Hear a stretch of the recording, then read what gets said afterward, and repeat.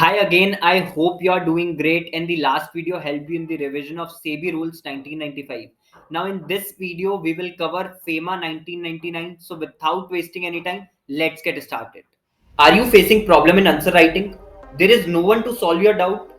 You stuck at hard or complex to understand topics. You want to learn and revise the subject quickly.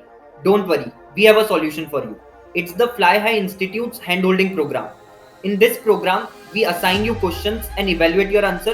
We provide 1:1 doubt solving. We provide 1:1 explanation of complex topics. We provide audio notes of selected topics and we organize revision sessions for selected topics. In order to enroll, get in touch on the below mentioned number.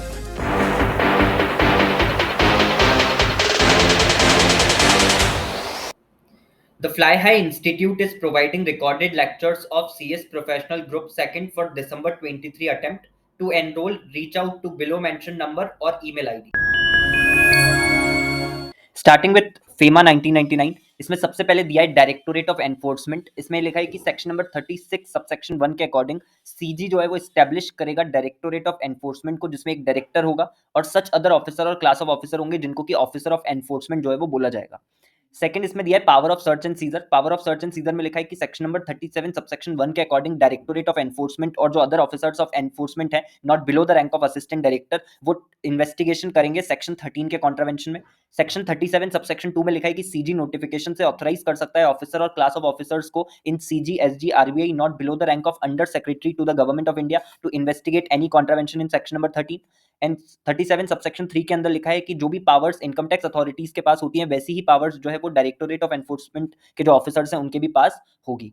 तो ये directorate of enforcement और power of search and seizure में आपको याद रखना है। Next is foreign exchange management, encashment of draft cheque instrument, payment of interest rules 2000। इसमें ये लिखा है कि अगर कोई भी इन्वेस्टिगेशन करी जाती है सेक्शन नंबर 37 के अंदर किसी भी एलिट कॉन्ट्रावेंशन के लिए of any provision of the act rules regulation direction order या फिर violation of any condition subject to which RBI ने कोई ऑथराइजेशन दिया था एंड कोई भी ड्राफ्ट चेक या अदर इंस्ट्रूमेंट रेलेवेंट है इन्वेस्टिगेशन के लिए, तो जो भी कंसर्न ऑफिसर है वो ड्राफ्ट चेक और अदर इंस्ट्रूमेंट को किसको भेजेगा, आरबीआई को या ऑथराइज पर्सन को एज ऑफिसर में specify for the purpose of encashment. Encashment मतलब कि उसके बदले में जो है पैसा ऑब्टेन करने के लिए।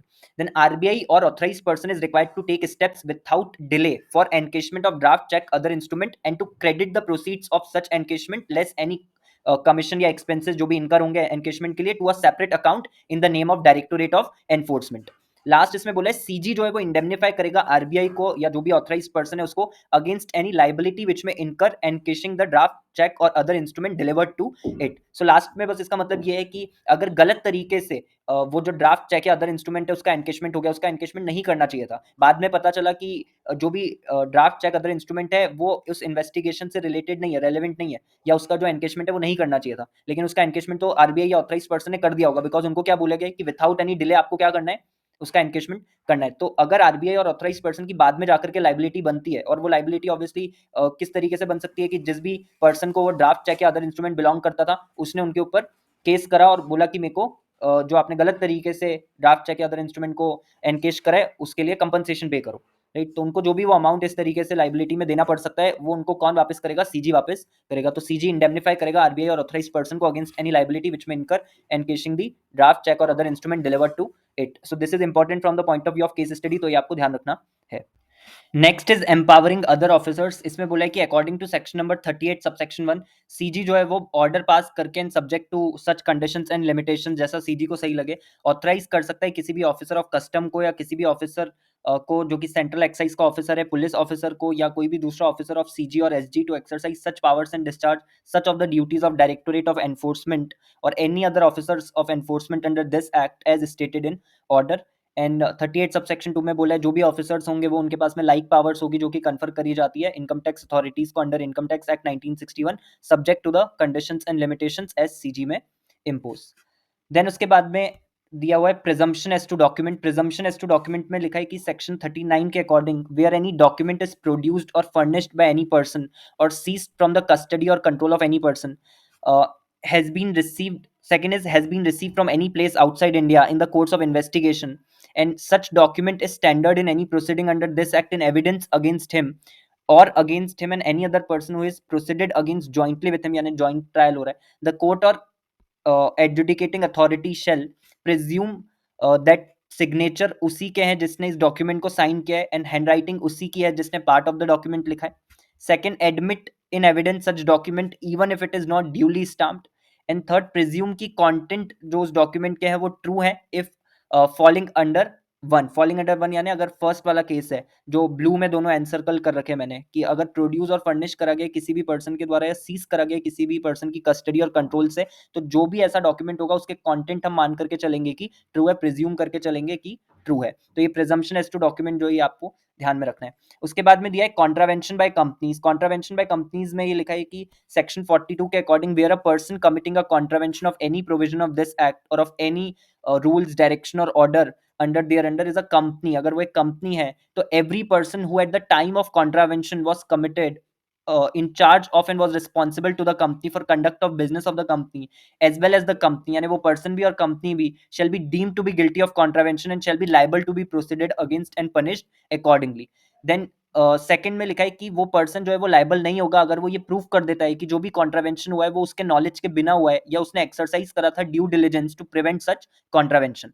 देन सेक्शन 42 सबसेक्शन 2 के अंदर लिखा हुआ है where a contravention of any of provision of this act rules direction और order has been committed by a company and it is prove that it has taken place with consent और connivance of और attributable to any neglect of any director manager या secretary या other officer, तो उनको भी क्या हो जाएगा deem to be guilty and shall be liable to be proceeded against and punished accordingly. तो उनको भी गिल्टी मान लिया जाएगा और उनको भी पनिशमेंट जो है वो मिलेगी. अच्छा, यहाँ पर एक चीज है कि कंपनी वर्ड का मतलब यहाँ पर है body corporate firm and association of individual और एनी डायरेक्टर जहां पे लिखा है तो वो फर्म के केस में क्या हो जाएगा पार्टनर जो है वो हो जाएगा. तो ये आपको याद रखना है कॉन्ट्रावेंशन बाय कंपनीज में. देन उसी से रिलेटेड एक केस लॉ दिया हुआ है Suborno Bose versus enforcement directorate and another का.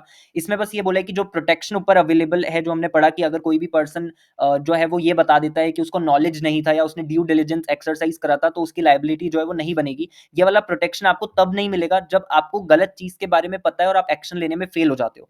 तो अवेयर हो जाते हो आप गलत काम के बारे में लेकिन फेल हो जाते हो करेक्टिव एक्शन लेने में, तो आपको 42 सबसेक्शन 1 की जो प्रोवाइजो है यानी जो ऊपर हमने पढ़ा था यानी पर्सन बोले कि उसको नॉलेज नहीं है या उसने ड्यू डिलिजेंस एक्सरसाइज करा था उसका जो डिफेंस है वो नहीं मिलेगा. तो ये आपको याद रखना है. ये केस लॉ भी इंपॉर्टेंट है from the point of view of exam. So this is complete FEMA 1999.